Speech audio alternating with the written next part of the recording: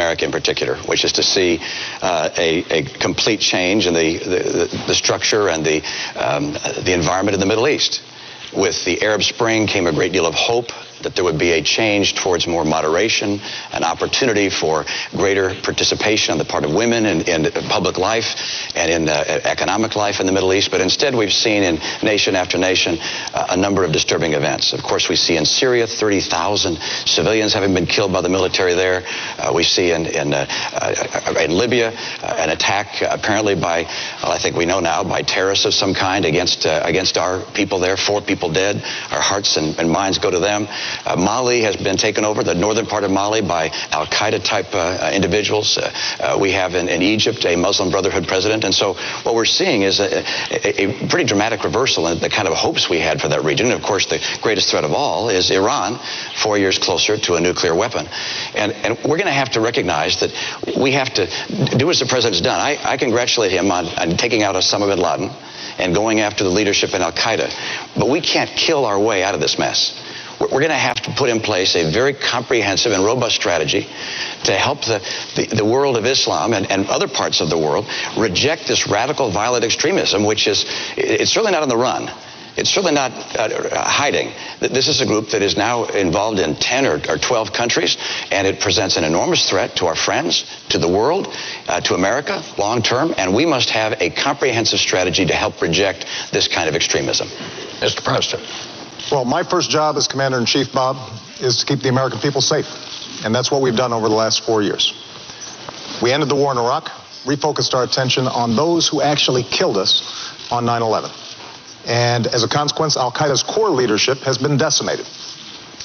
In addition, we're now able to transition out of Afghanistan in a responsible way, making sure that Afghans take responsibility for their own security.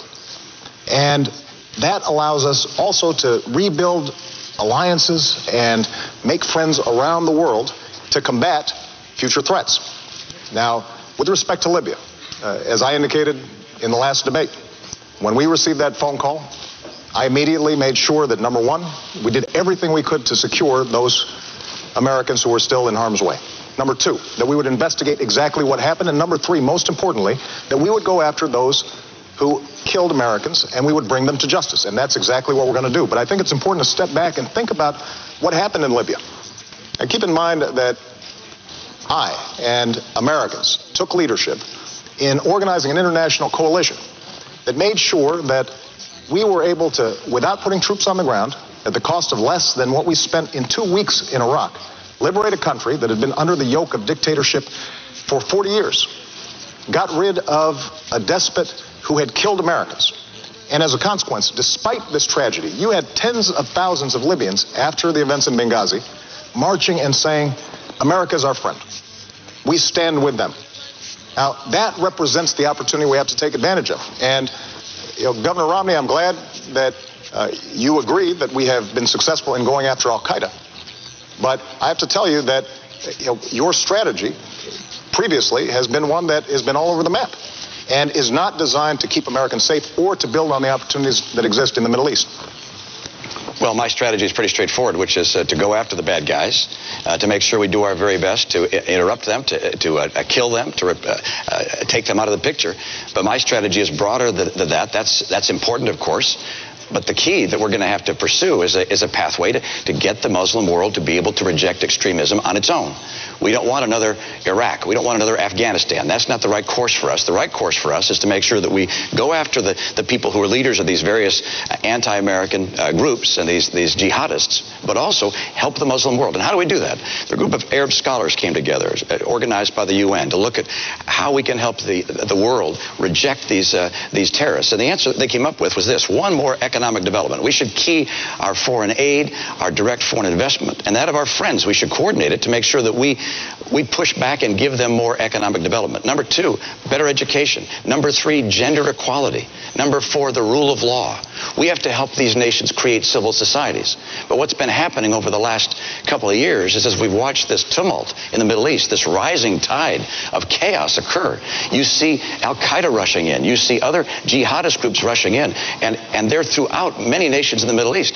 It's wonderful that Libya seems to be making some progress despite this terrible tragedy. But next door, of course, we have Egypt. Libya's 6 million population, Egypt 80 million population. We want to make sure that we're seeing progress throughout the Middle East, with Mali now having North Mali taken over by al-Qaeda, with Syria having Assad continuing to assassinate, to kill, to murder his own people. This is a region in tumult. And, of course, Iran on the path to a nuclear weapon. We've got real problems in the region. But let's give the president a chance. Governor Romney, I'm glad that you recognize that al-Qaeda is a threat. Because a few months ago, when you were asked what's the biggest geopolitical threat facing America, you said Russia. Not al-Qaeda. You said Russia. In the 1980s are now calling to ask for their foreign policy back because, the Cold War has been over for 20 years. But, Governor, when it comes to our foreign policy, you seem to want to import the foreign policies of the 1980s, just like the social policies of the 1950s and the economic policies of the 1920s. You say that you're not interested in duplicating what happened in Iraq, but just a few weeks ago you said you think we should have more troops in Iraq right now. And the challenge we have, I know you haven't been in a position to actually execute foreign policy, but every time you've offered an opinion, you've been wrong. You said we should have gone into Iraq, despite the fact that there were no weapons of mass destruction. You said that we should still have troops in Iraq to this day. You indicated that we shouldn't be passing nuclear treaties with Russia, despite the fact that 71 senators, Democrats and Republicans, voted for it. You've said that first we should not have a timeline in Afghanistan. Then you said we should. Now you say maybe, or it depends. Which means not only were you wrong, but you were also confusing and sending mixed messages both to our troops and our allies. So what we need to do with respect to the Middle East is strong, steady leadership, not wrong and reckless leadership that is all over the map. And unfortunately, that's the kind of opinions that you've offered throughout this campaign, and it is not a recipe for American strength or keeping America safe over the long term. I'm going to add a couple of minutes here to give you a chance to respond. Well, of course, I don't concur with what the president said about my own record and the things that I've said. They don't happen to be accurate. But I can say this, that we're talking about the Middle East and how to help the Middle East reject the kind of terrorism we're seeing and the rising tide of tumult and confusion. And attacking me is not an agenda.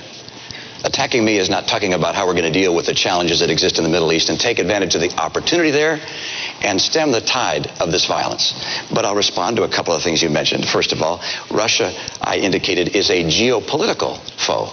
Not a, excuse me, it's a geopolitical foe. And I said in the same paragraph, I said, and Iran is the greatest national security threat we face. Russia does continue to battle us in the UN time and time again. I have clear eyes on this. I'm not going to wear rose-colored glasses when it comes to Russia or Mr. Putin. And I'm certainly not going to say to him, I'll give him more flexibility after the election. After the election, he'll get more backbone. Number two, with regards to Iraq, you and I agreed, I believe, that there should have been a status of forces agreement. Did you? Oh, you didn't? You didn't want a status of forces agreement? No, what I would not have done is left 10,000 troops in Iraq that would tie us down. That certainly would not help us in the Middle East. I'm sorry. Look, you actually, there was an effort on the part of the president to have a status of forces agreement, and I concurred in that and said that we should have some number of troops that stayed on. That was something I concurred with. That was your posture. That was my posture as well. You thought it should have been 5,000 troops. I thought it should have been more troops. But you know what? The answer was we got no troops through whatsoever. This is just a few weeks ago that you indicated that we should still have troops in Iraq. No, I didn't. I'm sorry. That's it. You made a major speech. I indicated that you failed to put in place a status of forces agreement at the end of the conflict that exists. Governor, here's one thing I've learned as Commander-in-Chief. You've got to be clear, both to our allies and our enemies, about where you stand and what you mean. Now, you just gave a speech a few weeks ago in which you said we should still have troops in Iraq. That is not a recipe for making sure that we are taking advantage of the opportunities and meeting the challenges of the Middle East. Now, it is absolutely true that we cannot just meet these challenges militarily.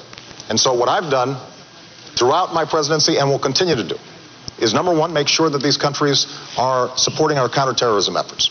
Number two, make sure that they are standing by our interests in Israel's security, because it is a true friend and our greatest ally in the region. Number three, we do have to make sure that we're protecting religious minorities and women, because these countries can't develop unless all the population, not just half of it, is developing. Number four, we do have to develop their economic capabilities. But number 5, the other thing that we have to do is recognize that we can't continue to do nation building in these regions. Part of American leadership is making sure that we're doing nation building here at home. That will help us maintain the kind of American leadership that we need. Let me interject the second topic question in this segment about the Middle East and so on, and that is, you both mentioned, alluded to this, and that is Syria. The war in Syria is now spilled over into Lebanon. We have, more than 100 people that were killed there in a bomb. There were demonstrations there, 8 people dead. Mr. President, it's been more than a year since you told Assad he had to go. Since then, 30,000 Syrians have died. We've had 300,000 refugees. The war goes on. He's still there. Should we reassess our policy and see if we can find a better way to influence events there, or is that even possible? And it's you go first, sir. What we've done is organize the international community, saying Assad has to go. We've mobilized sanctions against that government. We have made sure that they are isolated. We have provided humanitarian assistance, and we are helping the opposition organize, and we're particularly interested in making sure that we're mobilizing the moderate forces inside of Syria.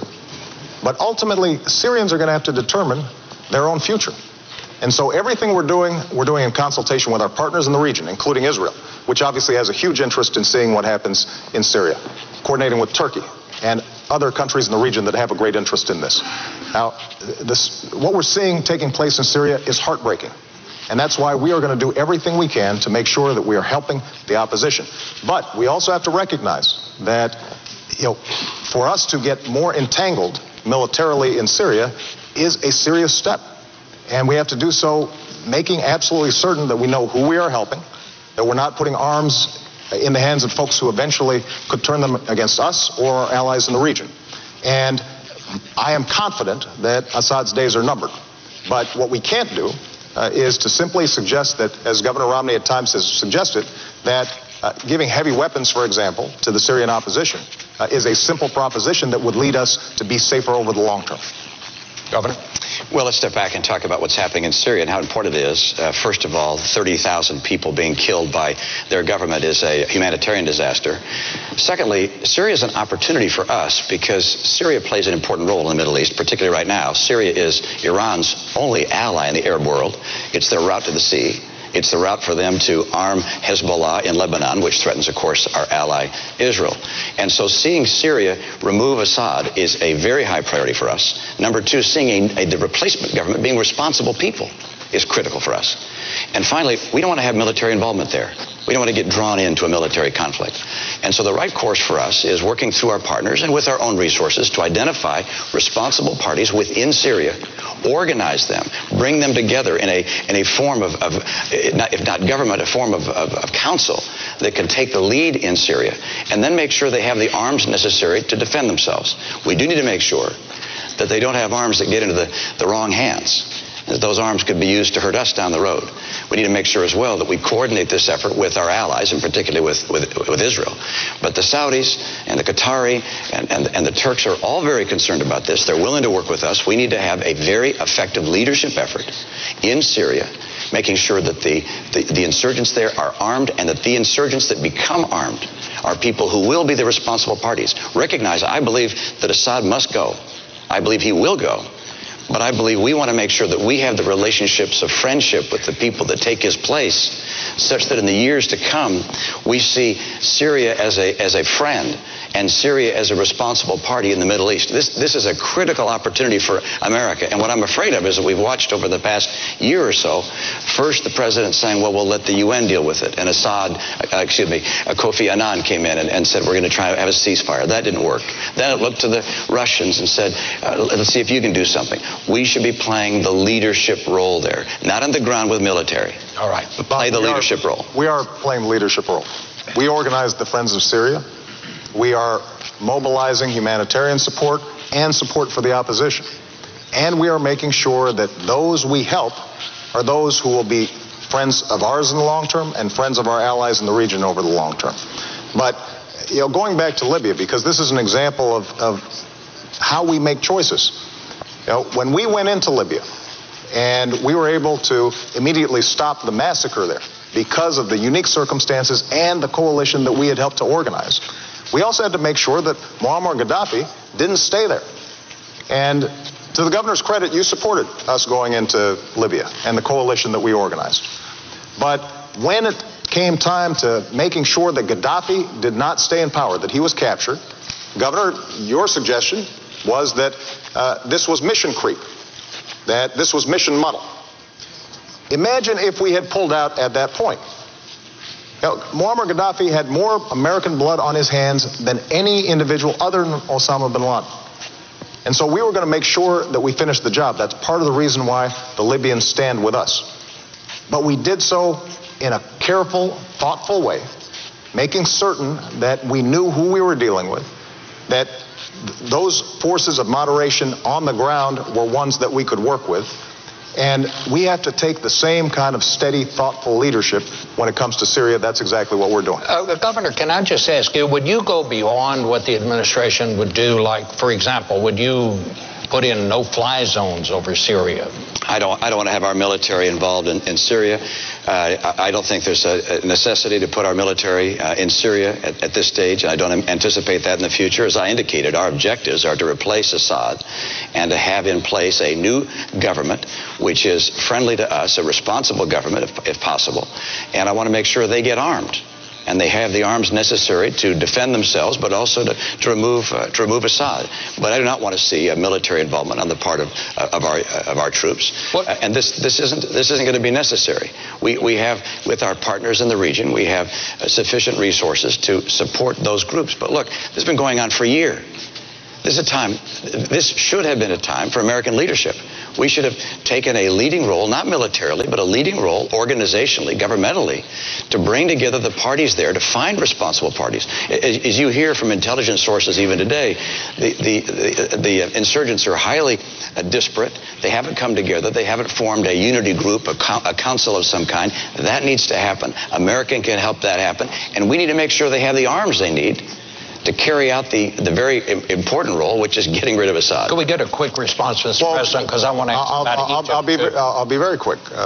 What you just heard Governor Romney said is he doesn't have different ideas, and that's because we're doing exactly what we should be doing to try to promote a moderate Syrian leadership and an effective transition so that we get Assad out. That's the kind of leadership we've shown. That's the kind of leadership we'll continue to show. May I ask you, during the Egyptian turmoil, there came a point when you said it was time for President Mubarak to go. Some in your administration thought perhaps we should have waited a while on that. Do you have any regrets about that? No, I don't, because I think that America has to stand with democracy. The notion that we would have tanks run over those young people who were in Tahrir Square, that is not the kind of American leadership that John F. Kennedy talked about 50 years ago.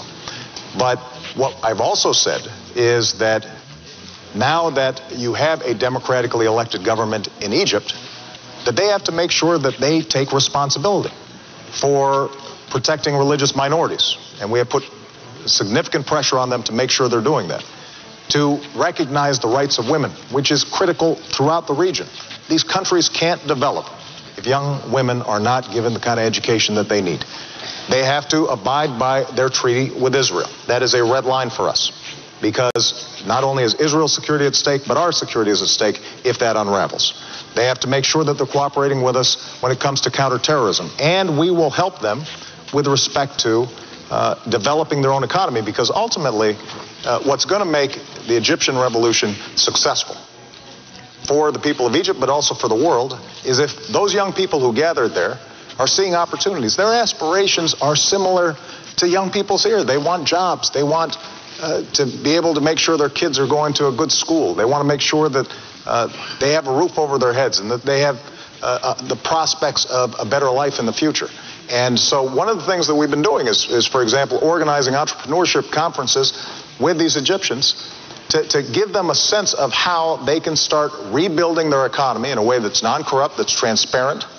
But what is also important for us to understand is that for America to be successful in this region, there's some things that we're going to have to do here at home as well. One of the challenges over the last decade is we've done experiments in nation building in places like Iraq and Afghanistan. And we've neglected, for example, developing our own economy, our own energy sectors, our own education system. And it's very hard for us to project leadership around the world when we're not doing what we need to do. Governor Romney, I want to hear your response to that, but I would just ask you, would you have stuck with Mubarak? No, I believe, as the president indicated and said at the time, that I supported his action there. I felt that I wish we'd have had a better vision of the future. I wish that looking back at the beginning of the president's term and even further back than that we'd have recognized that there was a growing energy and passion for freedom in that part of the world, and that we would have worked more aggressively with our friend and with other friends in the region to have them make the transition towards a more representative form of government, such that it didn't explode in the way it did. But once it exploded, I felt the same as the president did, which is these freedom voices in the streets of Egypt, were the people who were speaking of our principles, and the President Mubarak had done things which were unimaginable, and the idea of him crushing his people was not something that we could possibly support. Let me step back and talk about what I think our mission has to be in the Middle East, and even more broadly, because our purpose is to make sure the world is peaceful. We want a peaceful planet. We want people to be able to enjoy their lives and know they're going to have a bright and prosperous future and not be at war. That's our purpose. And the mantle of leadership for promoting the principles of peace has fallen to America. We didn't ask for it, but it's an honor that we have it. But for us to be able to promote those principles of peace requires us to be strong. And that begins with a strong economy here at home. And unfortunately, the economy is not stronger. When the president of Iran, Ahmadinejad, says that our debt makes us not a great country, that's a frightening thing. The former chief of the Joint Chiefs of Staff said that Admiral Mullen said that our debt is the biggest national security threat we face. We have weakened our economy. We need a strong economy. We need to have as well a strong military. Our military is second to none in the world. We're blessed with terrific soldiers and extraordinary technology and intelligence. But the idea of $1 trillion in cuts through sequestration and budget cuts to the military would change that. We need to have strong allies. Our association and connection with our allies is essential to America's strength. We're the great nation that has allies, 42 allies and friends around the world. And finally, we have to stand by our principles. And if we're strong in each of those things, American influence will grow. But unfortunately, nowhere in the world is America's influence greater today than it was 4 years ago. All right. And that's because we become weaker on each of those four dimensions. Perfect. You're going to get a chance to respond to that, because that's a perfect segue into our next segment, and that is, what is America's role in the world? And that is the question. What do each of you see as our role in the world? And I believe, Governor Romney, it's your turn to go first. Well, I absolutely believe that America has a responsibility and the privilege of helping defend freedom and promote the principles that make the world more peaceful. And those principles include human rights, human dignity, free enterprise, freedom of expression, elections, because when there are elections, people tend to vote for peace. They don't vote for war. So we want to promote those principles around the world. We recognize that there are places of conflict in the world. We want to end those conflicts to the extent humanly possible. But in order to be able to fulfill our role in the world, America must be strong. America must lead.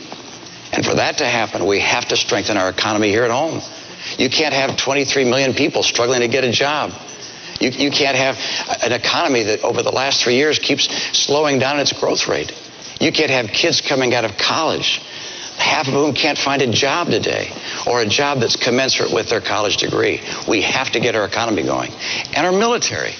We've got to strengthen our military long term. We don't know what the world is going to throw at us down the road. We make decisions today in a military that will confront challenges we can't imagine. In the 2000 debates, there was no mention of terrorism, for instance. And a year later, 9/11 happened. So we have to make decisions based upon uncertainty. And that means a strong military. I will not cut our military budget. We have to also stand by our allies. I think the tension that existed between Israel and the United States was very unfortunate. I think also that pulling our missile defense program out of Poland in the way we did was also unfortunate in terms of, if you will, disrupting the relationship in some ways that existed between us. And then, of course, with regards to standing for our principles, when the students took to the streets in Tehran and the people there protested, the Green Revolution occurred. For the president to be silent, I thought, was an enormous mistake. We have to stand for our principles, stand for our allies, stand for a strong military, and stand for a stronger economy. Mr. President. America remains the one indispensable nation. And the world needs a strong America, and it is stronger now than when I came into office. Because we ended the war in Iraq, we were able to refocus our attention on not only the terrorist threat, but also beginning a transition process in Afghanistan. It also allowed us to refocus on alliances and relationships that had been neglected for a decade. And Governor Romney, our alliances have never been stronger. In Asia, in Europe, in Africa, with Israel, where we have unprecedented military and intelligence cooperation, including dealing with the Iranian threat. But what we also have been able to do is position ourselves so we can start rebuilding America. And that's what my plan does. Making sure that we're bringing manufacturing back to our shores so that we're creating jobs here, as we've done with the auto industry, not rewarding companies that are shipping jobs overseas. Making sure that we've got the best education system in the world, including retraining our workers for the jobs of tomorrow. Doing everything we can to control our own energy. We've cut our oil imports to the lowest level in 2 decades because we've developed oil and natural gas, but we also have to develop clean energy technologies that will allow us to cut our exports in half by 2020. That's the kind of leadership that we need to show. And we've got to make sure that we reduce our deficit. Unfortunately, Governor Romney's plan doesn't do it.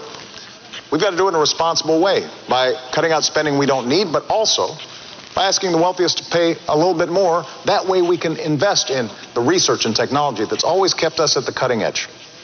Now, Governor Romney has taken a different approach throughout this campaign.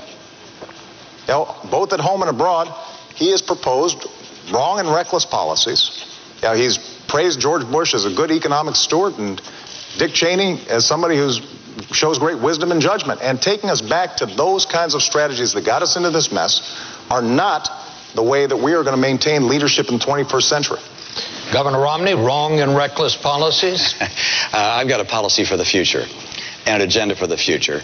And when it comes to our economy here at home, I know what it takes to create 12 million new jobs and rising take-home pay. And what we've seen over the last 4 years is something I don't want to see over the next 4 years. The president said by now we'd be at 5.4% unemployment. We're 9 million jobs short of that. I will get America working again and see rising take-home pay again, and I'll do it with 5 simple steps.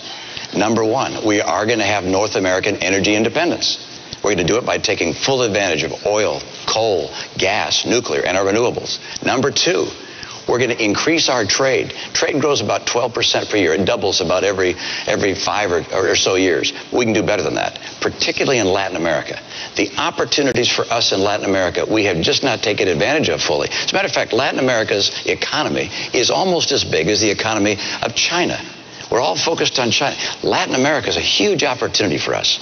Time zone, language opportunities. Number 3, we're going to have training programs that work for our workers and schools that finally put the parents and the teachers and the kids first, and the teachers' union is going to have to go behind. And then we're going to have to get to a balanced budget.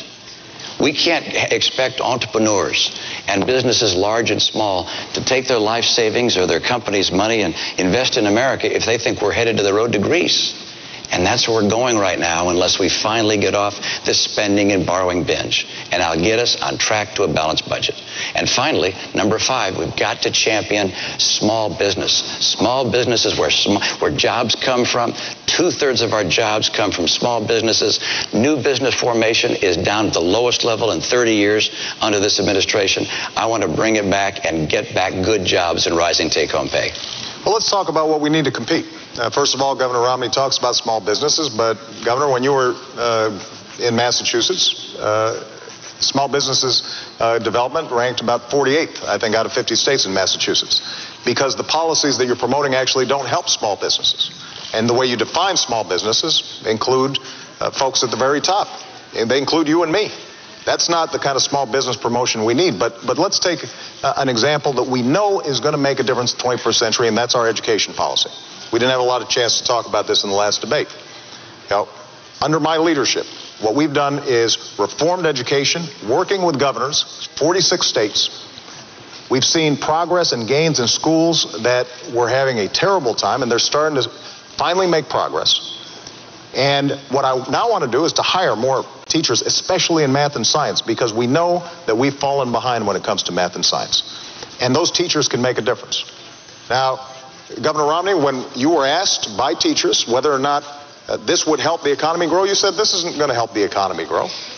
When you were asked about reduced class sizes, you said class sizes don't make a difference. But I tell you, if you talk to teachers, they will tell you it does make a difference.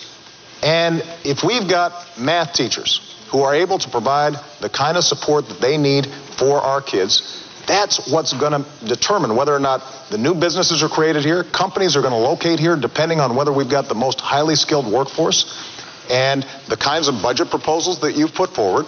When we don't ask either you or me to pay a dime more in terms of reducing the deficit, but instead we slash support for education, that's undermining our long-term competitiveness. That is not good for America's position in the world, and the world notices. Let me get back to foreign policy. Can I just get back? Well, I need to speak a moment, if you'll let me, Bob, just about education, because I'm so proud of the state that I had the chance to be governor of. We have every 2 years tests that look at how well our kids are doing.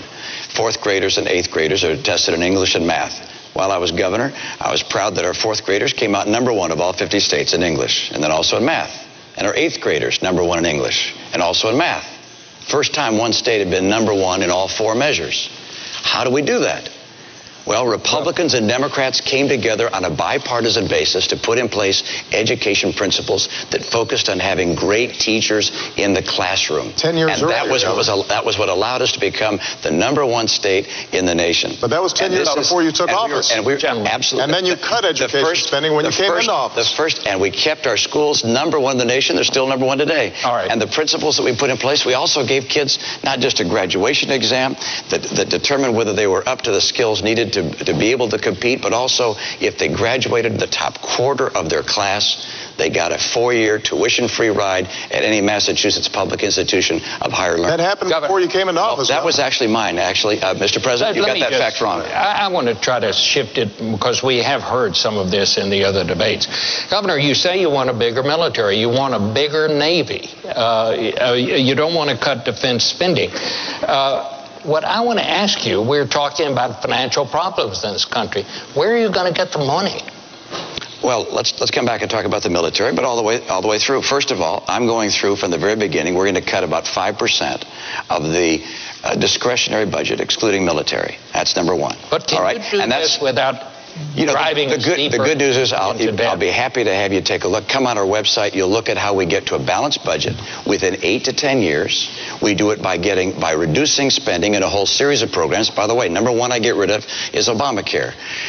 There are a number of things that sound good, but frankly, we just can't afford them. And that one doesn't sound good, and it's not affordable. So I get rid of that one from day one. To the extent humanly possible, we get that out. We take program after program that we don't absolutely have to have, and we get rid of them. #2, we take some programs that we are going to keep, like Medicaid, which is a program for the poor. We take that health care program for the poor, and we give it to the states to run because states run these programs more efficiently. As a governor, I thought, please, give me this program. I can run this more efficiently than the federal government, and states, by the way, are proving it. States like Arizona, Rhode Island have taken these Medicaid dollars, have shown they can run these programs more cost effectively. So I want to do those two things. It gets us to a balanced budget with 8 to 10 years. But the military... Let's get back to the military, though. That's what I'm trying to find out. Let's talk about the military. You should have answered the first question. Look, Governor Romney's called for $5 trillion of tax cuts that he says he's going to pay for by closing deductions. Now, the math doesn't work, but he continues to claim that he's going to do it. He then wants to spend another $2 trillion on military spending that our military's not asking for. Now, keep in mind that our military spending has gone up every single year that I've been in office. we spend more on our military than the next 10 countries combined. China, Russia, France, the United Kingdom, you name it. Next 10. And what I did was work with our Joint Chiefs of Staff to think about what are we going to need in the future to make sure that we are safe. And that's the budget that we've put forward. But what you can't do is spend $2 trillion in additional military spending that the military is not asking for, $5 trillion on tax cuts. You say that you're going to pay for it by closing loopholes and deductions without naming what those loopholes and deductions are. And then somehow you're also going to deal with the deficit that we've already got. The math simply doesn't work. But when it comes to our military, what we have to think about is not, just budgets. We've got to think about capabilities. We need to be thinking about cybersecurity. We need to be thinking about space. That's exactly what our budget does, but it's driven by strategy. It's not driven by politics. It's not driven by members of Congress and what they would like to see. It's driven by what are we going to need to keep the American people safe. That's exactly what our budget does. And it also then allows us to reduce our deficit, which is a significant national security concern, because we've got to make sure that our economy is strong at home so that we can project military power overseas. Bob, I'm pleased that I've balanced budgets. I was in the world of business for 25 years. If you didn't balance your budget, you went out of business. I went to the Olympics that was out of balance, and we got it on balance and made a success there. I had the chance to be governor of state. 4 years in a row, Democrats and Republicans came together to balance the budget. We cut taxes 19 times, balanced our budget. The president hasn't balanced a budget yet. I expect to have the opportunity to do so myself. All right. I'm going to be able to balance the budget. Let's talk about military spending, and that's this. About 30 seconds. Our Navy is our Navy is smaller now than any time since 1917. The Navy said they needed 313 ships to carry out their mission. We're now down to 285. We're headed down to the low 200s if we go through with sequestration. That's unacceptable to me. I want to make sure that we have the ships that are required by our Navy. Our Air Force is older and smaller than any time since it was founded in 1947. We've changed for the first time since FDR. Since FDR, we've always had the strategy of saying we could fight in 2 conflicts at once. Now we're changing to 1 conflict. Look, this, in my view, is the highest responsibility of the President of the United States, which is to maintain the safety of the American people. And I will not cut our military budget by $1 trillion, which is the combination of the budget cuts that the President has, as well as the sequestration cuts. That, in my view, is making our future less certain and less secure. Bob, I just need to comment on this. First of all, the sequester is not something that I proposed. It's something that Congress has proposed. It will not happen. The budget that we're talking about is not reducing our military spending. It's maintaining it. But I think Governor Romney maybe hasn't spent enough time looking at how our military works. You mentioned the Navy, for example, and that we have fewer ships than we did in 1916. Well, Governor, we also have fewer horses and bayonets because the nature of our military has changed. We have these things called aircraft carriers where planes land on them.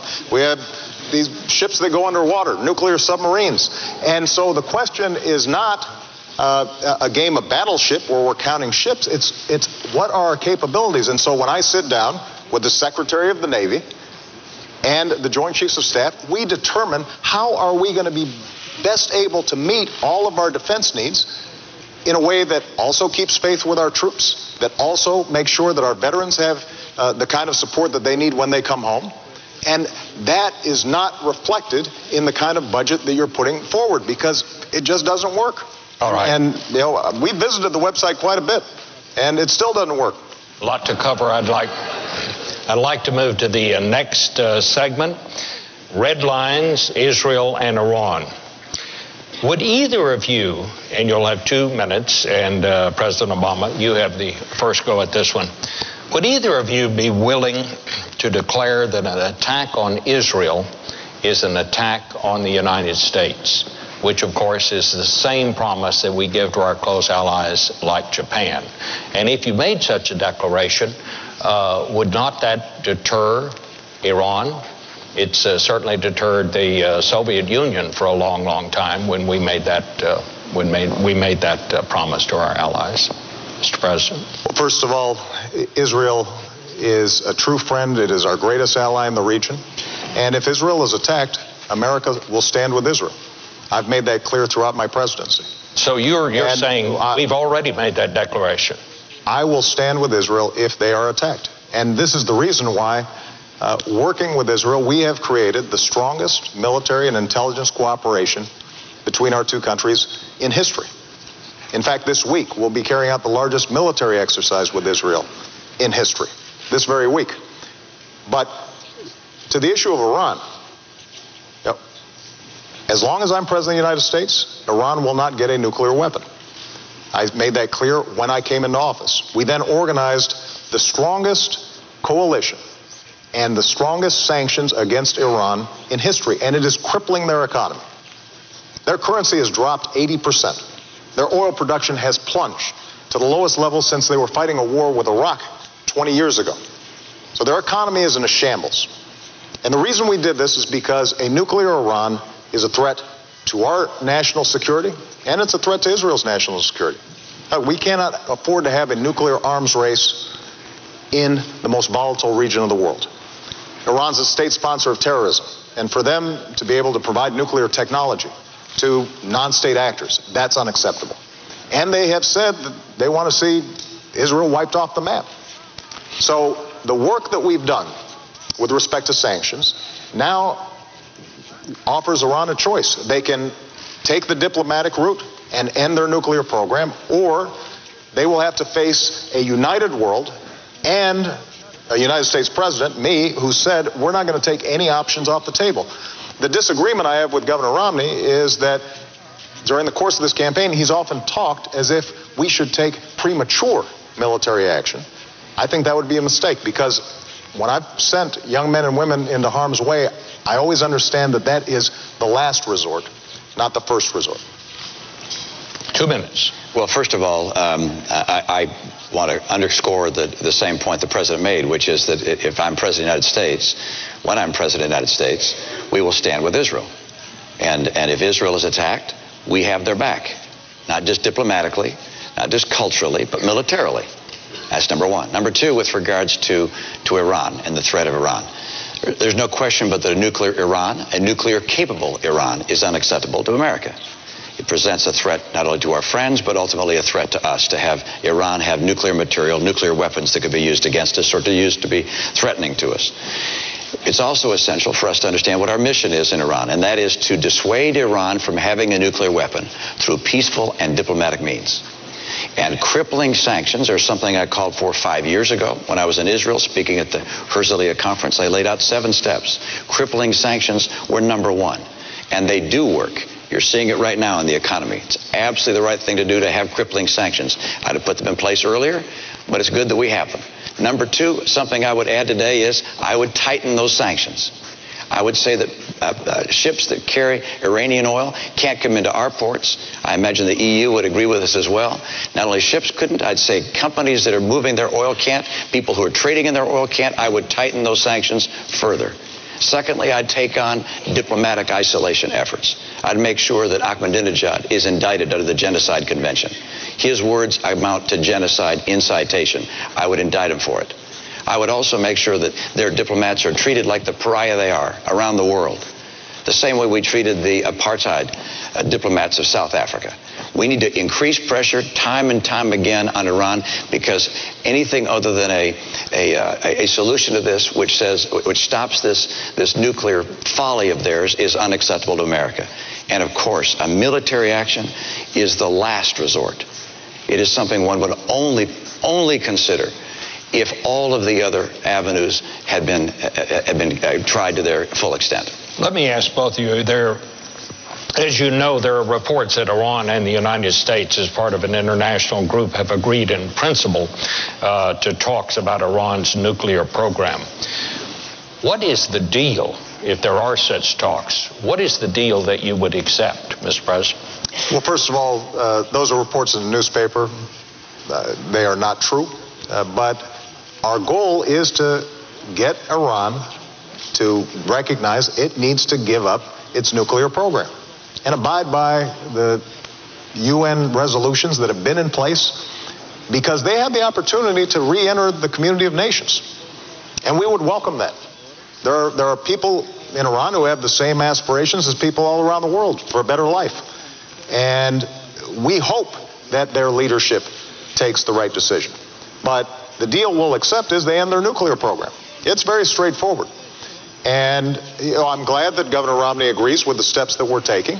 There have been times, Governor, frankly, during the course of this campaign where it sounded like you thought that you'd do the same things we did, but you'd say them louder, and somehow that would make a difference. And it turns out that the work involved in setting up these crippling sanctions is painstaking. It's meticulous.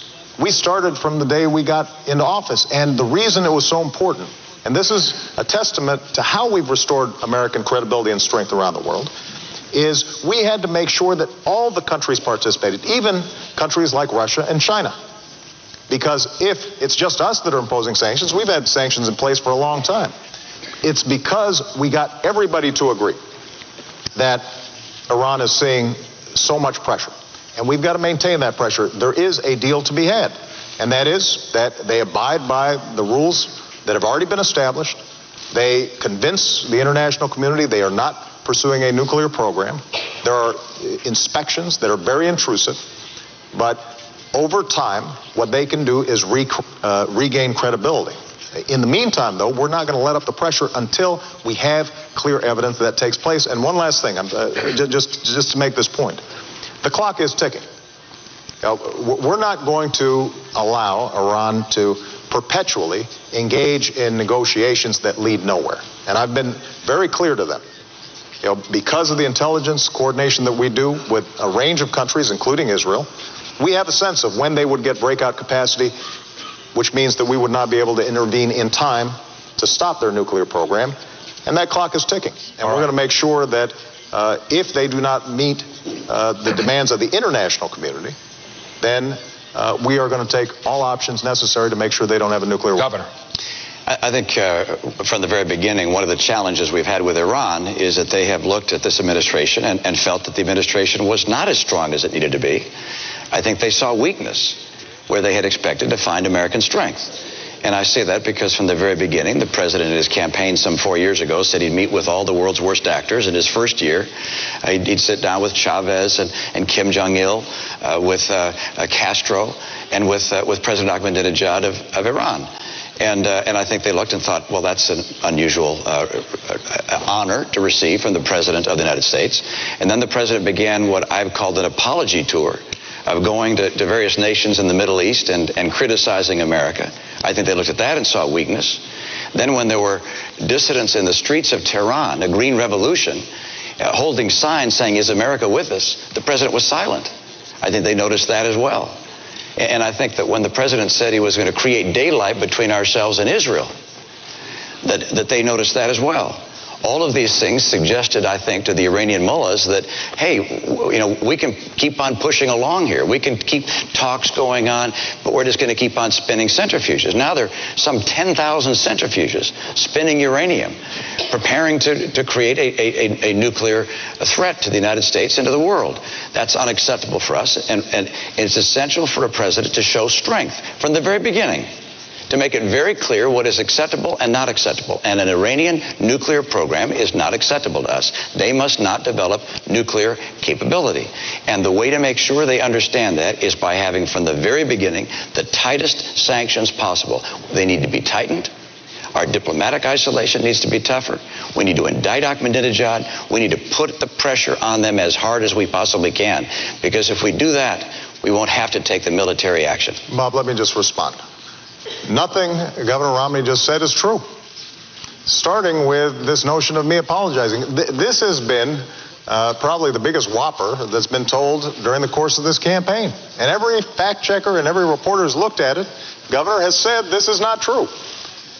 And when it comes to tightening sanctions, look, as I said before, we've put in the toughest, most crippling sanctions ever. And the fact is, while we were coordinating an international coalition to make sure these sanctions were effective, you were still invested in a Chinese state oil company that was doing business with the Iranian oil sector. So I'll let the American people decide, judge, who's going to be more effective and more credible when it comes to imposing crippling sanctions. And with respect to our attitude about the Iranian Revolution, I was very clear about the murderous activities that had taken place, and that was contrary to international law and everything that civilized people stand for. And so the strength that we have shown in Iran is shown by the fact that we've been able to mobilize the world. When I came into office, the world was divided. Iran was resurgent. Iran is at its weakest point economically, strategically, militarily than in many years. And we are going to continue to keep the pressure on to make sure that they do not get a nuclear weapon. That's in America's national interest, and that will be the case so long as I'm president. We're 4 years closer to a nuclear Iran. We're 4 years closer to a nuclear Iran. And we should not have wasted these 4 years to the extent they've continued to be able to spin these centrifuges and get that much closer. That's number one. Number two, Mr. President, the reason I call it an apology tour is because you went to the Middle East and you flew to Egypt and to Saudi Arabia and to Turkey and Iraq. And by the way, you skipped Israel, our closest friend in the region. But you went to the other nations. And by the way, they noticed that you skipped Israel. And then in those nations, and on Arabic TV, you said that America had been dismissive and derisive. You said that on occasion, America had dictated to other nations. Mr. President, America has not dictated to other nations. We have freed other nations from dictators. Let me respond. If we're going to talk about trips that we've taken, when I was a candidate for office, first trip I took was to visit our troops. And when I went to Israel as a candidate, I didn't take donors. I didn't attend fundraisers.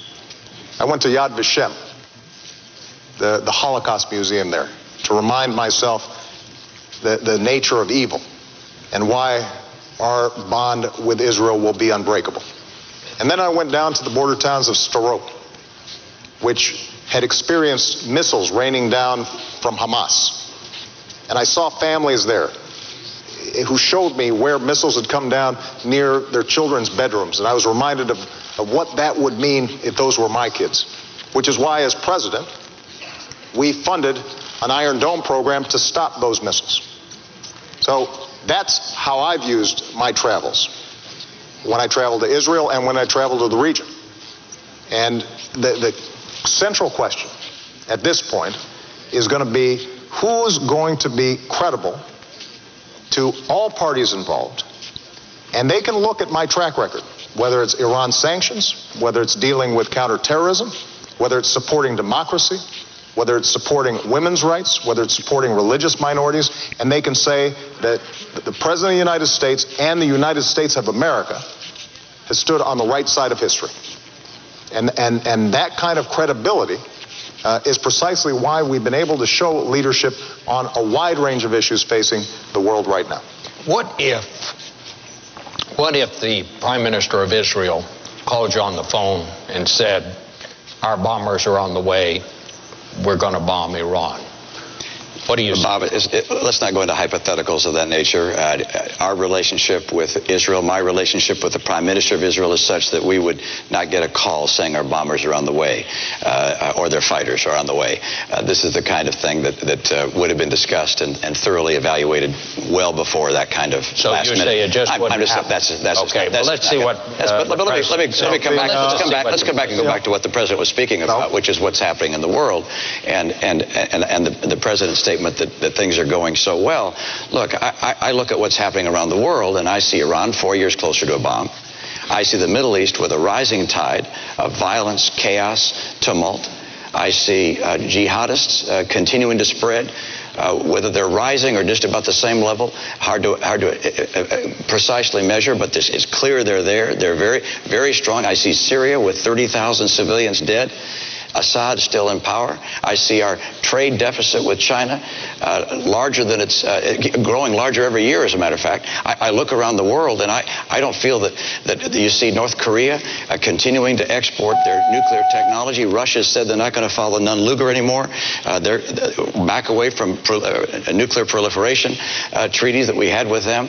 I look around the world. I don't see our influence growing around the world. I see our influence receding.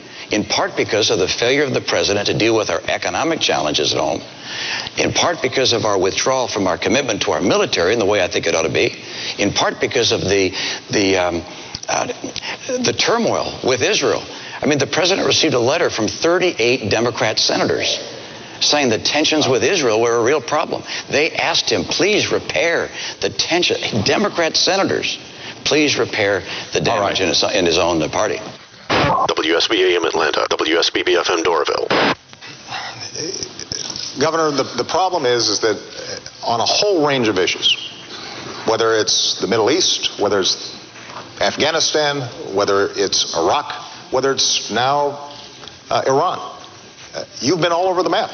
I mean, I'm pleased that you now are endorsing our policy of applying diplomatic pressure and potentially having bilateral discussions with the Iranians to end their nuclear program. But just a few years ago, you said that's something you'd never do. In the same way that you initially opposed a timetable in Afghanistan. Now you're for it, although it depends. In the same way that you say you would have ended the war in Iraq, but recently gave a speech saying that we should have 20,000 more folks in there. The same way that you said that it was mission creep to go after Gaddafi. When it comes to going after Osama bin Laden, you said, well, any president would make that call. But when you were a candidate in 2008, as I was, and I said if I got bin Laden in our sights, I would take that shot, you said we shouldn't move heaven and earth to get one man. And you said we should ask Pakistan for permission. And if we had asked Pakistan for permission, we would not have gotten it. And it was worth moving heaven and earth to get him. You know, after we killed bin Laden, I was at Ground Zero for a memorial and talked to a young woman who was 4 years old when 9/11 happened. And the last conversation she had with her father was him calling from the Twin Towers, saying, Peyton, I love you and I will always watch over you. And for the next decade, she was haunted by that conversation. And she said to me, you know, by finally getting bin Laden, that brought some closure to me. And when we do things like that, when we bring those who have harmed us to justice, that sends a message to the world, and it tells Peyton that we did not forget her father. And I make that point because that's the kind of clarity of leadership, and those decisions are not always popular. Those decisions generally are not poll tested. And even some in my own party, including my current vice president, had the same critique as you did. But what the American people understand is that I look at what we need to get done to keep the American people safe and to move our interests forward, and I make those decisions. All right. Let's go, and that takes us right to the next segment, Governor. America's longest war, Afghanistan and Pakistan. Bob, Governor, you get to go first. Okay, but you can't have the president just lay out a whole series of items without giving me a chance. With respect, sir, you had laid out quite a program there. Well, that's probably true. We'll give you. We'll agree. We'll catch you up. The United States is scheduled to turn over responsibility for security in Afghanistan to the Afghan government in 2014. At that point, we will withdraw our combat troops, leave a smaller force of Americans, if I understand our policy, in Afghanistan for training purposes. It seems to me the key question here is, what do you do if the deadline arrives and it is obvious the Afghans are unable to handle their security? Do we still leave? And I believe Governor Romney, you go first. Well, we're going to be finished by 2014. And when I'm president, we'll make sure we bring our troops out by the end of 2014. The commanders and the generals there are on track to do so. We've seen progress over the past several years. The surge has been successful. And the training program is proceeding apace. There are now a large number of Afghan security forces, 350,000, that are ready to step in to provide security, and we're going to be able to make that transition by the end of 2014. So our troops will come home at that point. I can tell you at the same time that we will make sure that we look at what's happening in Pakistan and recognize that what's happening in Pakistan is going to have a major impact on the success in Afghanistan.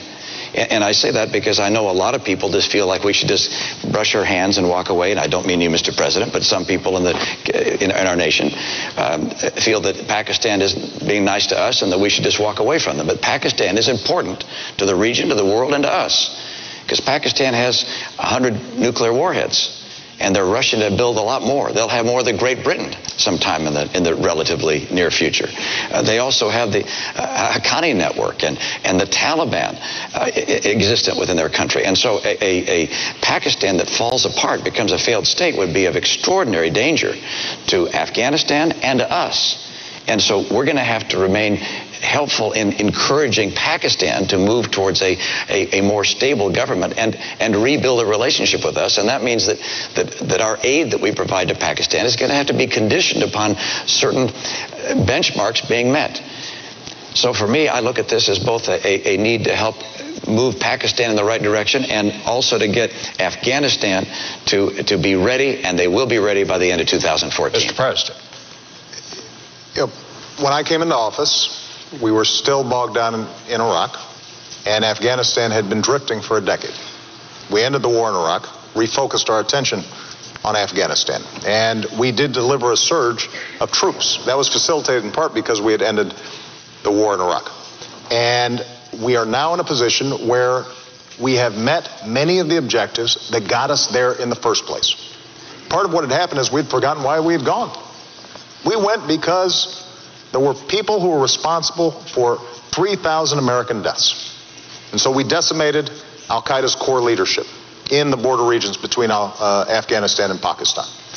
We then started to build up Afghan forces. And we're now in a position where we can transition out, because there's no reason why Americans should die when Afghans are perfectly capable of defending their own country. Now, that transition has to take place in a responsible fashion. We've been there a long time, and we've got to make sure that we and our coalition partners are pulling out responsibly and giving Afghans the capabilities that they need. But what I think the American people recognize is after a decade of war, it's time to do some nation building here at home. And what we can now do is free up some resources to, for example, put Americans back to work, especially our veterans. Rebuilding our roads, our bridges, our schools, making sure that our veterans are getting the care that they need when it comes to post-traumatic stress disorder and traumatic brain injury, making sure that the certifications that they need for good jobs of the future are in place. I was having lunch with a veteran in Minnesota who had been a medic dealing with the most extreme circumstances. When he came home and he wanted to become a nurse, he had to start from scratch. And what we've said is, let's change those certifications. The First Lady's done great work with an organization called Joining Forces, putting our veterans back to work. And as a consequence, veterans' unemployment is actually now lower than general population. It was higher when I came into office. So those are the kinds of things that we can now do because we're making that transition in Afghanistan. All right, let me go to Governor Romney, because you talked about Pakistan and what needs to be done there. General Allen, our commander in Afghanistan, says that Americans continue to die at the hands of groups who are supported by Pakistan.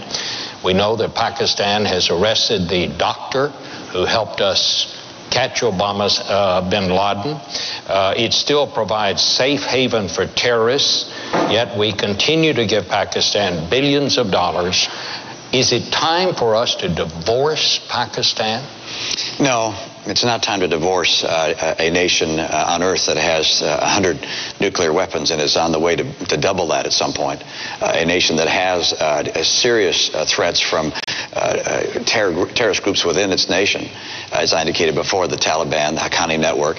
It's a nation that's not like others, and it does not have a civilian leadership that is calling the shots there. You've got the ISI, their intelligence organization, is probably the most powerful of three branches there. Then you have the military, and then you have the civilian government.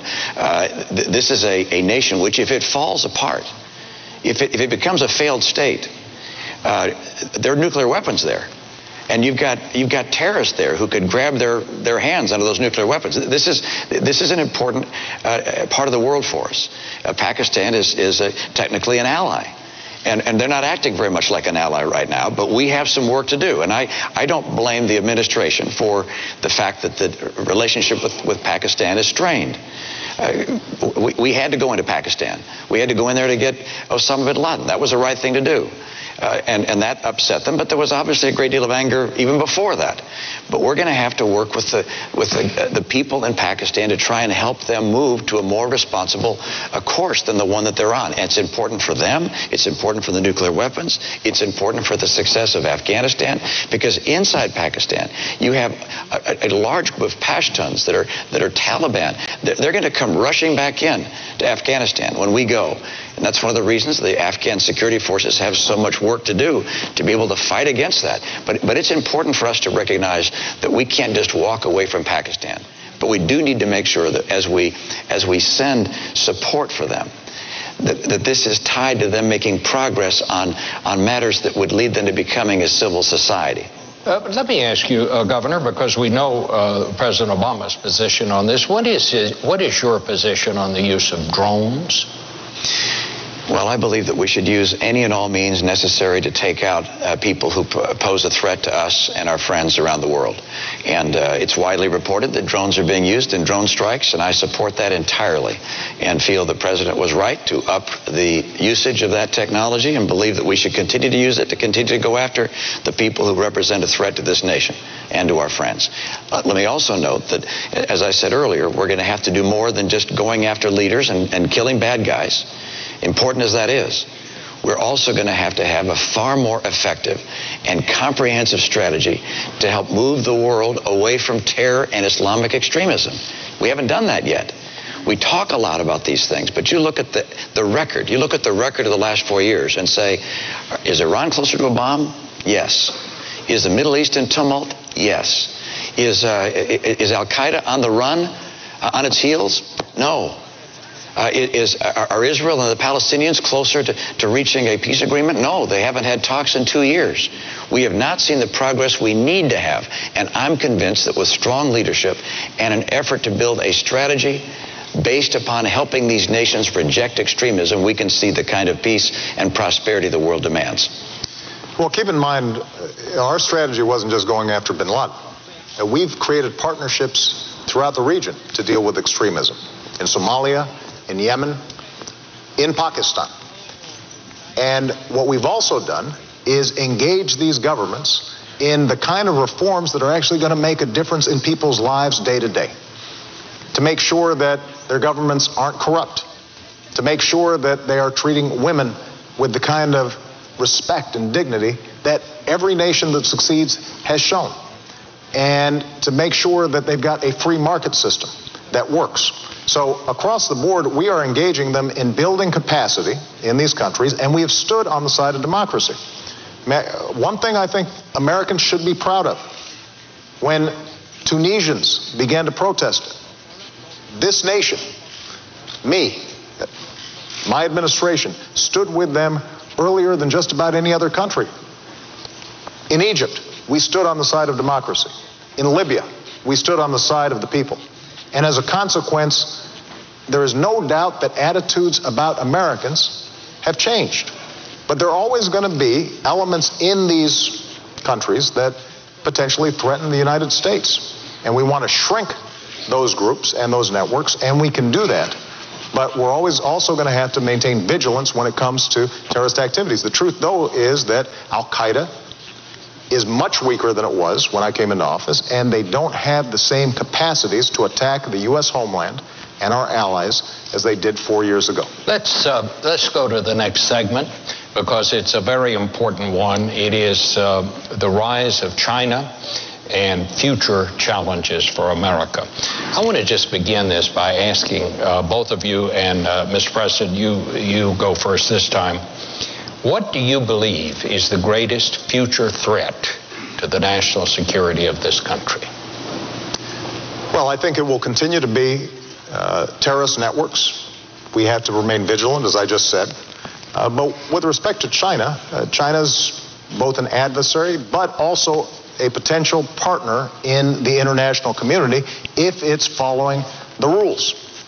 So my attitude coming into office was that we are going to insist that China plays by the same rules as everybody else. And I know Americans had seen jobs being shipped overseas, businesses and workers not getting a level playing field when it came to trade. And that's the reason why I set up a trade task force to go after cheaters when it came to international trade. That's the reason why we have brought more cases against China for violating trade rules than the previous administration had done in 2 terms. And we've won just about every case that we filed that has been decided. In fact, just recently, steel workers in Ohio and throughout the Midwest, Pennsylvania, are in a position now to sell steel to China because we won that case. We had a tire case in which they were flooding us with cheap domestic tires or cheap Chinese tires. And we put a stop to it. And as a consequence, saved jobs throughout America. Now, I have to say that Governor Romney criticized me for being too tough in that tire case. Said this wouldn't be good for American workers and that it would be protectionist. But I tell you, those workers don't feel that way. They feel as if they had finally an administration who was going to take this issue seriously. Over the long term, in order for us to compete with China, we've also got to make sure, though, that we're taking care of business here at home. If we don't have the best education system in the world, if we don't continue to put money into research and technology that will allow us to create great businesses here in the United States, that's how we lose the competition. And unfortunately, Governor Romney's budget and his proposals would not allow us to make those investments. All right. Governor. Well, first of all, it's not government that makes business successful. It's not government investments that make businesses grow and hire people. Let me also note that the greatest threat that the world faces, the greatest national security threat, is a nuclear Iran. Let's talk about China. China has an interest that's very much like ours in one respect, and that is they want a stable world. They don't want war. They don't want to see protectionism. They don't want to see the world break out into various forms of chaos because they have to manufacture goods and put people to work. They have about 20 million people coming out of the farms every year, coming into the cities, needing jobs. So they want the economy to work and the world to be free and open. And so we can be a partner with China. We don't have to be an adversary in any way, shape, or form. We can work with them. We can collaborate with them if they're willing to be responsible. Now, they look at us and say, is it a good idea to be with America? How strong are we going to be? How strong is our economy? They look at the fact that we owe them $1 trillion and owe other people $16 trillion in total, including them. They look at our decision to cut back on our military capabilities. $1 trillion. The Secretary of Defense called these $1 trillion of cuts to our military devastating. It's not my term. It's the President's own Secretary of Defense called them devastating. They look at America's commitments around the world and they see what's happening and they say, well, okay, is America going to be strong? And the answer is yes. If I'm President, America will be very strong. We'll also make sure that we have trade relations with China that work for us. I've watched year in and year out as companies have shut down and people have lost their jobs because China has not played by the same rules. In part by holding down artificially the value of their currency. It holds down the prices of their goods. It means our goods aren't as competitive and we lose jobs. That's got to end. They're making some progress. They need to make more. That's why on day one I will label them a currency manipulator, which allows us to apply tariffs where they're taking jobs. They're stealing our intellectual property, our patents, our designs, our technology, hacking into our computers, counterfeiting our goods. They have to understand, we want to trade with them. We want a world that's stable. We like free enterprise, but you got to play by the rules. Well, Governor, let me just ask you, if you declare them a currency manipulator on day one, some people are saying you're just going to start a trade war with China on day one. Isn't there a risk that could happen? Well, they sell us about this much stuff every year, and we sell them about this much stuff every year. So it's pretty clear who doesn't want a trade war. And there's one going on right now, which we don't know about. It's a silent one, and they're winning. We have enormous trade imbalance with China, and it's worse this year than last year, and it's worse last year than the year before. And so we have to understand that we can't just surrender and lose jobs year in and year out, we have to say to our friends in China, look, you guys are playing aggressively. We understand it, but this can't keep on going. You can't keep on holding down the value of your currency, stealing our intellectual property, counterfeiting our products, selling them around the world, even into the United States. I was with one company that makes valves in process industries. And they said, look, we were having some valves coming in that were broken, and we had to repair them under warranty. And we looked them up, and they had our serial number on them. And then we noticed that there was more than one with that same serial number. There were counterfeit products being made overseas with the same serial number as a U.S. company, the same packaging. These were being sold into our market and around the world as if they were made by the U.S. competitor. This can't go on. I want a great relationship with China. China can be our partner. But that doesn't mean they can just roll all over us and steal our jobs on an unfair basis. Well, Governor Romney is right. You are familiar with jobs being shipped overseas because you invested in companies that were shipping jobs overseas. And, you're right. I mean, that's how our free market works. But I've made a different bet on American workers. If we had taken your advice, Governor Romney, about our auto industry, we'd be buying cars from China instead of selling cars to China. If we take your advice with respect to how we change our tax code so that companies that earn profits overseas don't pay U.S. taxes compared to companies here that are paying taxes, that's estimated to create 800,000 jobs. The problem is they won't be here. They'll be in places like China. And if we're not making investments in education and basic research, which is not something that the private sector is doing at a sufficient pace right now and has never done, then we will lose the lead in things like clean energy technology. Now, with respect to what we've done with China already, U.S. exports have doubled since I came into office to China, and actually currencies are at their most advantageous point for U.S. exporters since 1993. We absolutely have to make more progress, and that's why we're going to keep on pressing. And when it comes to our military and Chinese security, part of the reason that we were able to pivot to the Asia-Pacific region after having ended the war in Iraq and transitioning out of Afghanistan is precisely because this is going to be a massive growth area in the future. And we believe China can be a partner, but we're also sending a very clear signal that America is a Pacific power, that we are going to have a presence there. We are working with countries in the region to make sure, for example, that ships can pass through, that commerce continues, and we're organizing trade relations with countries other than China so that China starts feeling more pressure about meeting basic international standards. That's the kind of leadership we've shown in the region. That's the kind of leadership that we'll continue to show. I just want to take one of those points. Again, attacking me is not talking about an agenda for getting more trade and opening up more jobs in this country. But the president mentioned the auto industry and that somehow I would be in favor of jobs being elsewhere. Nothing could be further from the truth. I'm a son of Detroit. I was born in Detroit. My dad was head of a car company. I like American cars. And I would do nothing to hurt the U.S. auto industry. My plan to get the industry on its feet when it was in real trouble was not to start writing checks. It was President Bush that wrote the first checks. I disagree with that. I said these companies need to go through a managed bankruptcy, and in that process they can get government help and government guarantees, but they need to go through bankruptcy to get rid of excess cost and the debt burden that they'd built up. And fortunately, Governor Romney, the president took what you said. Fortunately, the president, you can take a look Governor at the op-ed. Romney, you can take a look at the op-ed. You did not say that you would provide governor help. I said that we would provide guarantees, and that was what was able to allow these companies to go through bankruptcy, to come out of bankruptcy. Under no circumstances would I do anything other than to help this industry get on its feet. And the idea that has been suggested that I would liquidate the industry, of course not. Of course not. Let's check the record. That's the height of silliness. I have never said I would liquidate the industry. Governor, I want to keep the industry going and thriving.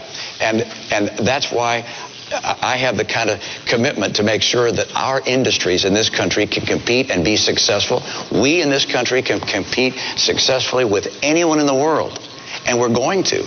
We're going to have a president, however, that doesn't think that somehow the government investing in car companies like Tesla and Fisker making electric battery cars. This is not research, Mr. President. These are the government investing in companies, investing in Solyndra. This is a company. This isn't basic research. I want to invest in research. Research is great.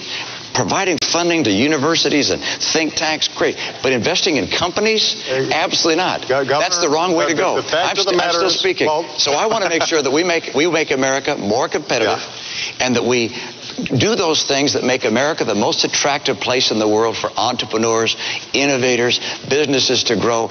But your investing in companies doesn't do that. In fact, it makes it less likely for them to come here, because the private sector is not going to invest in a solar company. I'm happy to respond. If you're investing government money, it's someone else's. Look, I think anybody out there can check the record. Governor Romney, you keep on trying to airbrush history here. You were very clear that you would not provide government assistance to the U.S. auto companies, even if they went through bankruptcy. You said that they could get it in the private marketplace. That wasn't true. They would have gone through a liquid. You're wrong, Mr. President. No, I am not wrong. I am not wrong. People can look it up. You're right. People will look it up. Good. But more importantly, it is true that in order for us to be competitive, we're going to have to make some smart choices right now. Cutting our education budget, that's not a smart choice. That will not help us compete with China. Cutting our investments in research and technology, that's not a smart choice. That will not help us compete with China. Bringing down our deficit by adding $7 trillion of tax cuts and military spending that our military is not asking for, before we even get to the debt that we currently have, that is not going to make us more competitive. Those are the kinds of choices that the American people face right now. Having a tax code that rewards companies that are shipping jobs overseas instead of companies that are investing here in the United States, that will not make us more competitive. And the one thing that I'm absolutely clear about is that after a decade in which we saw drift, jobs being shipped overseas, nobody championing American workers and American businesses, we've now begun to make some real progress. What we can't do is go back to the same policies that got us into such difficulty in the first place. And that's why we have to move forward and not go back. I could agree more about going forward, but I certainly don't want to go back to the policies of the last 4 years. The policies of the last 4 years have seen incomes in America decline every year for middle-income families, now down $4,300 during your term. 23 million Americans still struggling to find a good job. When you came to office, 32 million people on food stamps. Today, 47 million people on food stamps. When you came to office, just over $10 trillion in debt. Now, $16 trillion in debt. It hasn't worked. You said by now we'd be at 5.4% unemployment. We're 9 million jobs short of that. I've met some of those people. I've met them in Appleton, Wisconsin. I met a young woman in Philadelphia who's coming out of college, can't find work. Ann was with someone just the other day that was just weeping about not being able to get work. It's just a tragedy in a nation so prosperous as ours that these last 4 years have been so hard. And that's why it's so critical that we make America once again the most attractive place in the world to start businesses, to build jobs, to grow the economy. And that's not going to happen by just hiring teachers. Look, I love teachers, and I'm happy to have states and communities that want to hire teachers do that. By the way, I don't like to have the federal government start pushing its way deeper and deeper into our schools. Let the states and localities do that. I was a governor. The federal government didn't hire our teachers. But I love teachers, but I want to get our private sector growing, and I know how to do it. I think we all love teachers. Gentlemen, thank you so much for a very vigorous debate. We have come to the end. It is time for closing statements. I believe you're first, Mr. President. Well, thank you very much, Bob, Governor Romney, and to Lynn University. You've now heard 3 debates, months of campaigning, and way too many TV commercials. And now you've got a choice. Over the last 4 years, we've made real progress digging our way out of policies that gave us 2 prolonged wars, record deficits, and the worst economic crisis since the Great Depression. And Governor Romney wants to take us back to those policies. Foreign policy that's wrong and reckless, economic policies that won't create jobs, won't reduce our deficit, but will make sure that folks at the very top don't have to play by the same rules that you do. And I've got a different vision for America. I want to build on our strengths. And I put forward a plan to make sure that we're bringing manufacturing jobs back to our shores by rewarding companies and small businesses that are investing here, not overseas. I want to make sure we've got the best education system in the world, and we're retaining our workers for the jobs of tomorrow. I want to control our own energy by developing oil and natural gas, but also the energy sources of the future.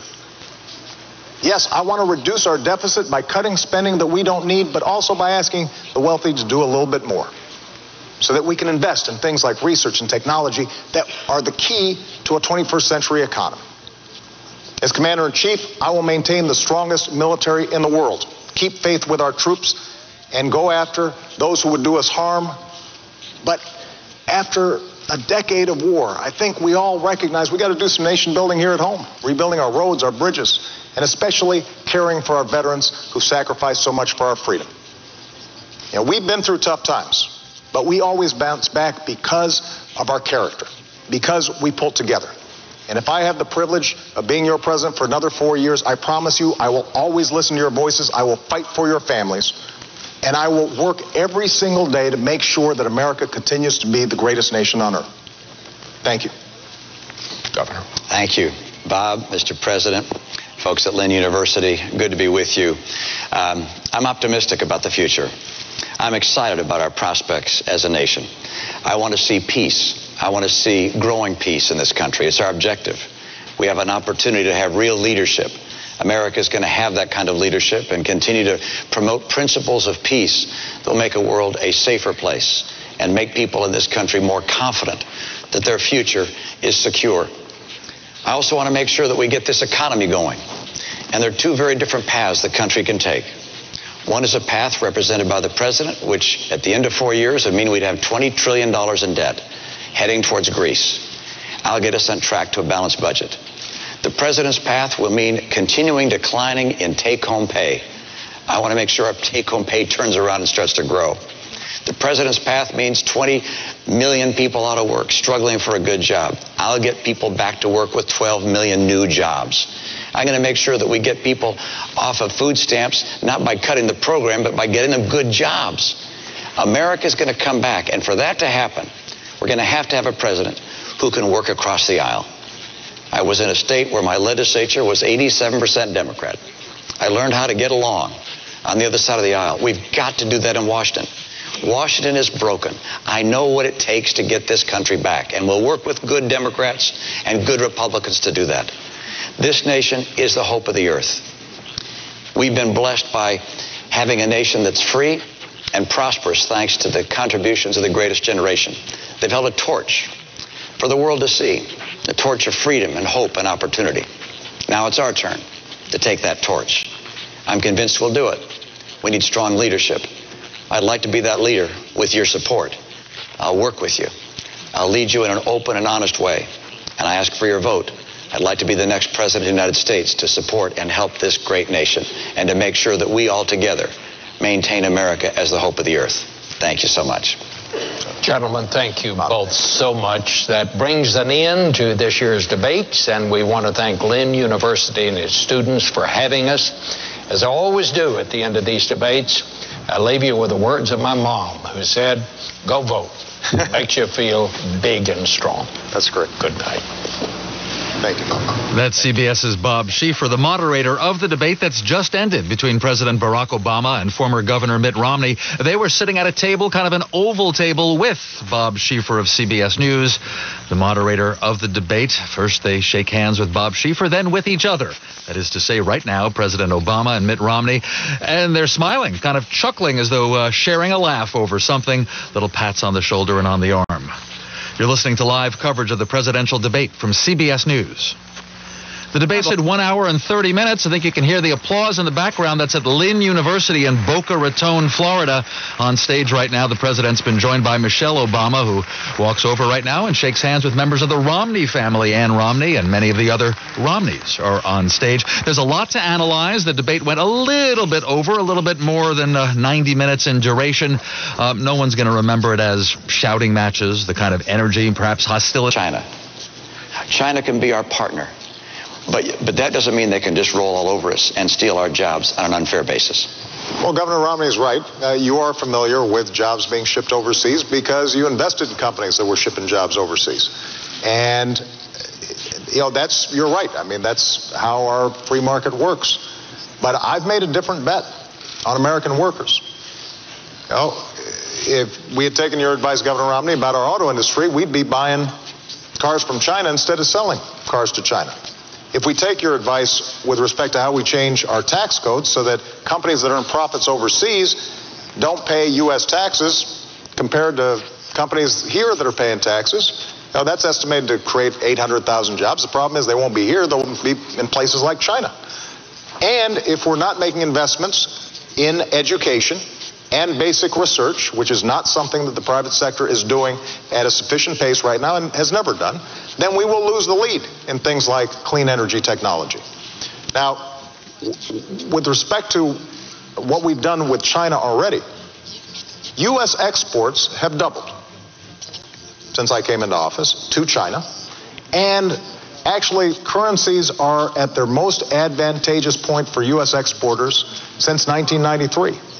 We absolutely have to make more progress, and that's why we're going to keep on pressing. And when it comes to our military and Chinese security, part of the reason that we were able to pivot to the Asia-Pacific region after having ended the war in Iraq and transitioning out of Afghanistan is precisely because this is going to be a massive growth area in the future. And we believe China can be a partner, but we're also sending a very clear signal that America is a Pacific power, that we are going to have a presence there.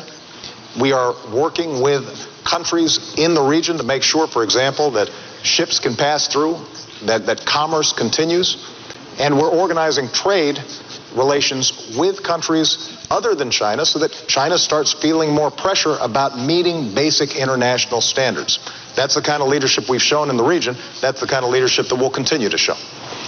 I just want to take one of those points. Again, attacking me is not talking about an agenda for getting more trade and opening up more jobs in this country. But the president mentioned the auto industry and that somehow I would be in favor of jobs being elsewhere. Nothing could be further from the truth. I'm a son of Detroit. I was born in Detroit. My dad was head of a car company. I like American cars. And I would do nothing to hurt the U.S. auto industry.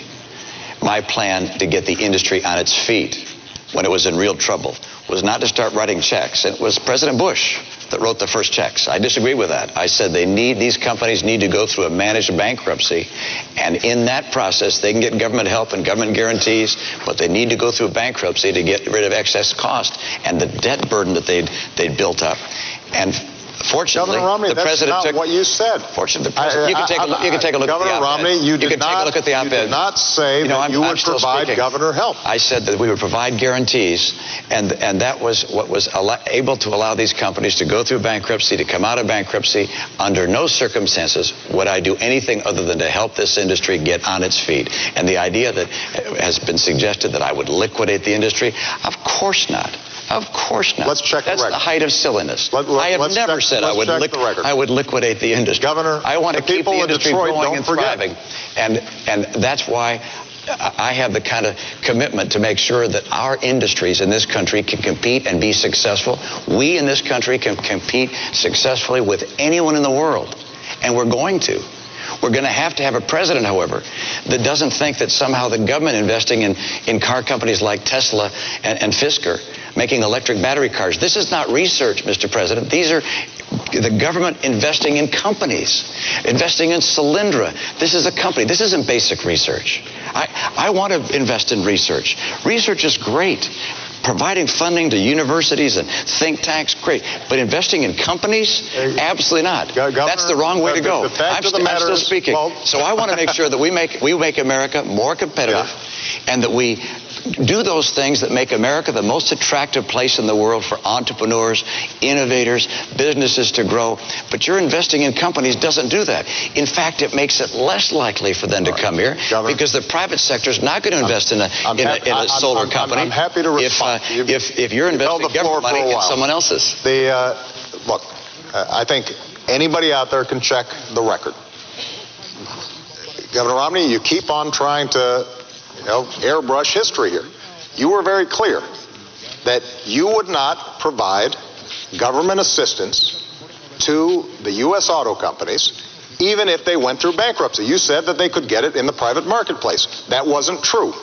They would have gone through a liquid... You're wrong, Mr. President. No, I am not wrong. I am not wrong. People can look it up. You're right. People will look it up. Good. But more importantly, it is true that in order for us to be competitive, we're going to have to make some smart choices right now. Cutting our education budget, that's not a smart choice. That will not help us compete with China. Cutting our investments in research and technology, that's not a smart choice. That will not help us compete with China. Bringing down our deficit by adding $7 trillion of tax cuts and military spending that our military is not asking for, before we even get to the debt that we currently have, that is not going to make us more competitive. Those are the kinds of choices that the American people face right now. Having a tax code that rewards companies that are shipping jobs overseas instead of companies that are investing here in the United States, that will not make us more competitive.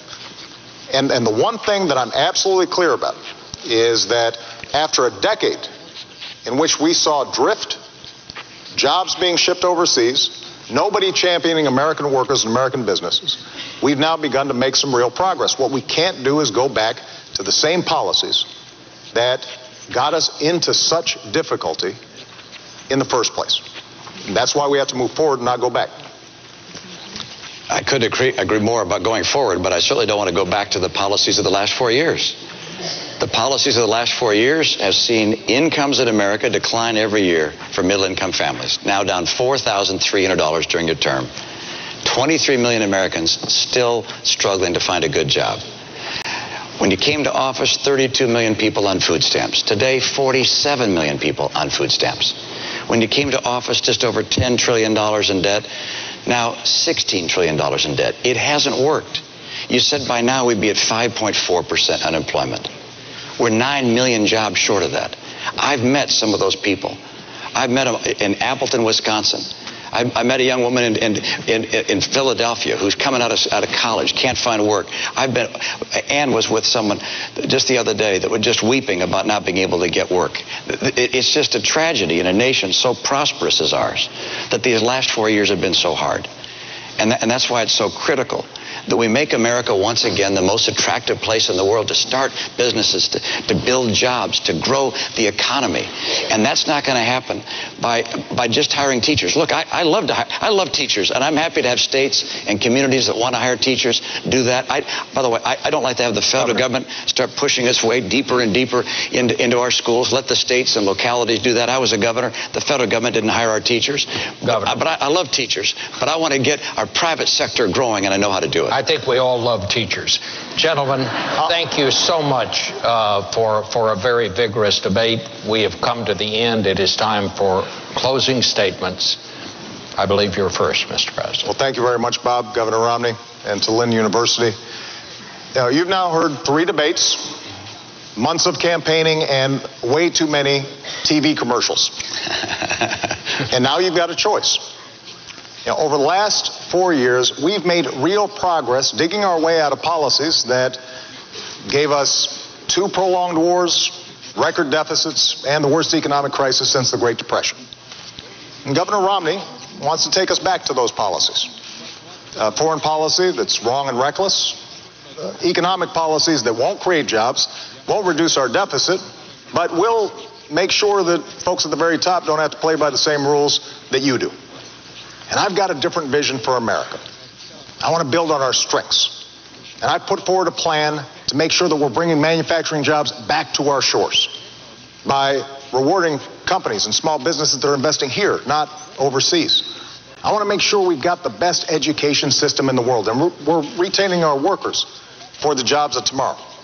I want to control our own energy by developing oil and natural gas, but also the energy sources of the future. Yes, I want to reduce our deficit by cutting spending that we don't need, but also by asking the wealthy to do a little bit more so that we can invest in things like research and technology that are the key to a 21st century economy.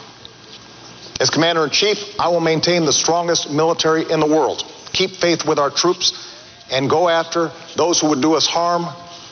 But after a decade of war, I think we all recognize we got to do some nation building here at home, rebuilding our roads, our bridges, and especially caring for our veterans who sacrificed so much for our freedom.